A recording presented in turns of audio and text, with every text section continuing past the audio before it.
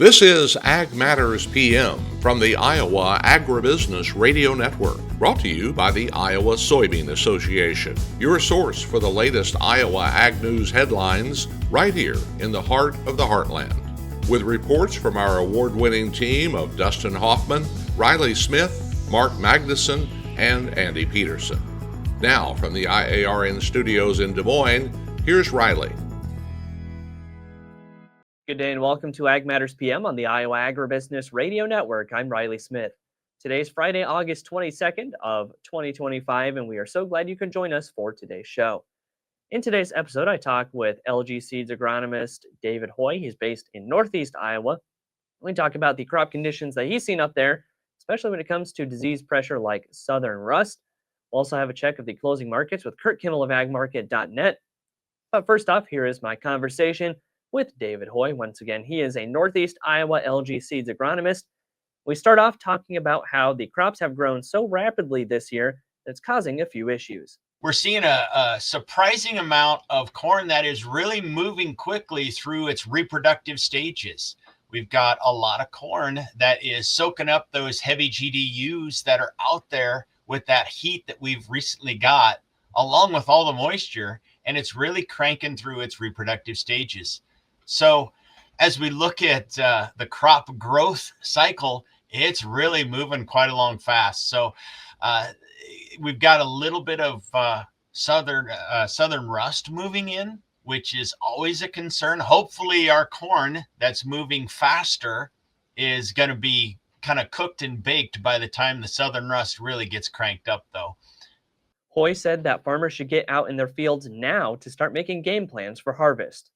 With that heat and moisture that we have, boy, that plant is just putting absolutely everything it can into the kernel and doing it at a quick rate, which can sometimes affect maybe some stock quality, maybe some test weight. But for the most part, it is really cranking through. And so as a farmers that are out there, checking crops, peeling back those husks, it's always good to check and see where that milk line is. And boy, start planning ahead where you're going to start with the combine, because the crop can tell you just exactly where it's sitting right now, and it might surprise you. As I mentioned earlier, southern rust is one of the top corn diseases this year, and Hoy is definitely seeing it plenty in his area. Certainly the southern rust is moving in, kind of from the southwest. I would say it's a little more prevalent in southwest Iowa versus southeast Iowa, although it is present in both those areas. But it's moving up, and really once you get up to that ear leaf, now you're starting to affect yield. And it's moving north, although it's not quite all the way up to Minnesota in heavy pressured areas. But we're starting to see that really climb in. And if you have not made the investment for the fungicide application, you're definitely seeing a lot more of that severity in southern rust. Even farmers that did put some fungicide out there at tasseling or around tasseling are still seeing some evidence of that southern rust moving in. It's just an aggressive type fungus that we have to watch out for. Of course, tar spot is back as well as one of the top annual diseases that corn farmers have to face. Hoy said there are a few things to look for. Tar spot, on the other hand, it's present, but it really hasn't blown up. I think it's just a tickle too hot, especially at night. We had those 80+ degree day nights. And boy, that really set that fungus back, I think, in my opinion. But the tar spot just really hasn't been as aggressive as it has in years past. Now, the other problem with that is those hot nights. Even though it's good for tar spot, it's also bad for the corn. You get those hot nights, and boy, that plant doesn't have time to respire or just really relax and open up the stomata and let it out. And so that's a lot of pressure where that plant has to really work to keep itself cool and keep everything moving and flowing within that within the xylem and the phloem in the plant. On the soybean side of things, Hoy said diseases like sudden death syndrome can enter your fields quickly and ravage your yields.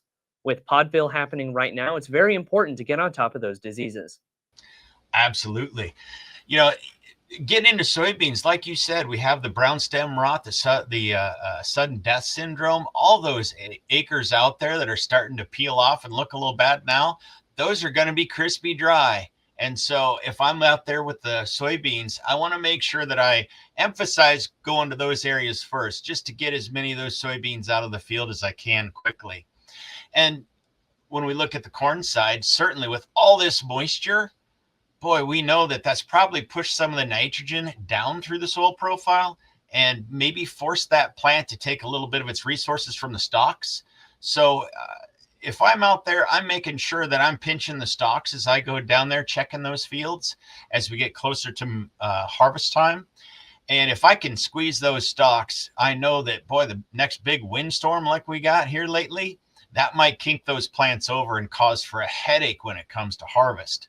So I'm absolutely making sure I'm checking the stalks primarily this fall, just to prioritize which fields that I need to go out there and harvest first. That again was David Hoy, an LG Seeds agronomist based in Northeast Iowa. For more information, visit lgseeds.com. That's all the time we have for the news segment today. Coming up next, we'll take a look at the closing markets with the folks from agmarket.net. But first, here's a word from our sponsor, the Iowa Soybean Association and the Soy Checkoff. This is Ag Matters PM.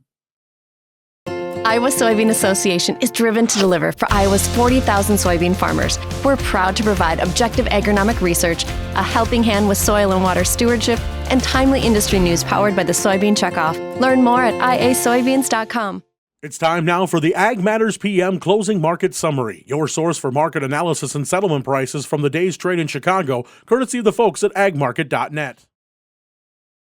Welcome back to Ag Matters PM on the Iowa Agribusiness Radio Network, and we're here now with Curt Kimmel of agmarket.net to take a look at the closing market summary.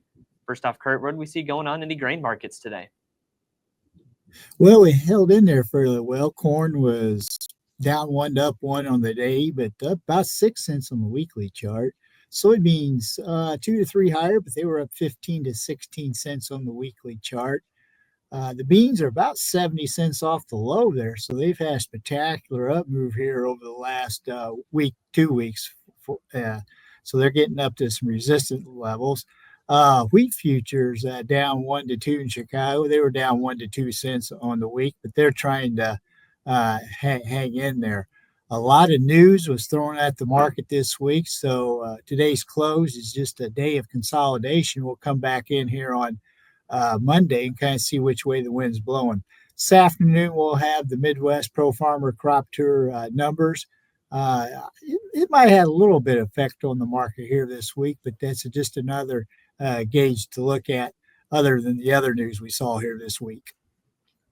I know with the Pro Farmer Crop Tour that, of course, there were some numbers that were lower than the USDA's projections, but from what I've heard so far, the markets kind of already had that news factored in. They were expecting to see numbers that were lower, right? Yeah, it's a little lower how it averages out. They had the tendency to be a little lower.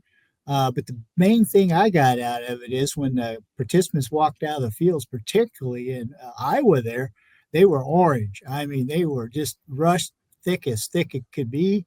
I'm not quite for sure if they did not go to the hardware store to buy some WD-40 to spray on their ear to break loose that shuck. I mean, that rust is something else.